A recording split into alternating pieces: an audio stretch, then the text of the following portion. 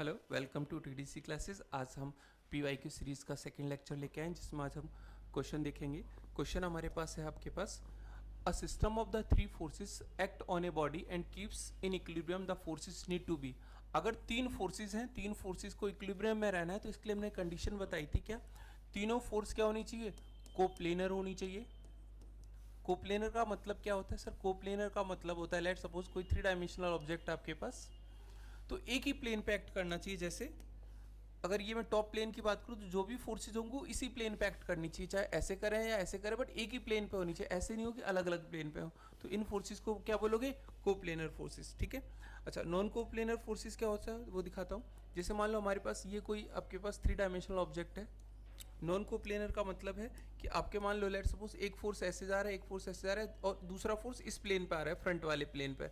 तो ये क्या हो गया, अलग अलग प्लेन पे फोर्सेज हैं, तो इनको बोलते हैं नॉन कोप्लेनर फोर्स या थ्री डायमेंशनल फोर्सेज। तो कंडीशन क्या है, कोप्लेनर होनी चाहिए।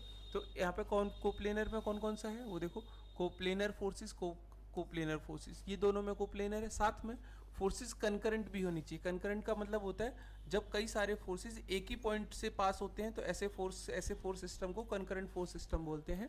तो हमारे पास क्या होना चाहिए, कंडीशन आप याद रख सकते हो कि सर हमारे पास कोप्लेनर और कंकरेंट फोर्स सिस्टम होना चाहिए, तभी वो क्या होगा, थ्री फोर्सेस तभी इक्विलिब्रियम में कहलाएंगे। ठीक है। इसी तरह के वीडियोस के लिए हमारे चैनल को सब्सक्राइब कर सकते हैं।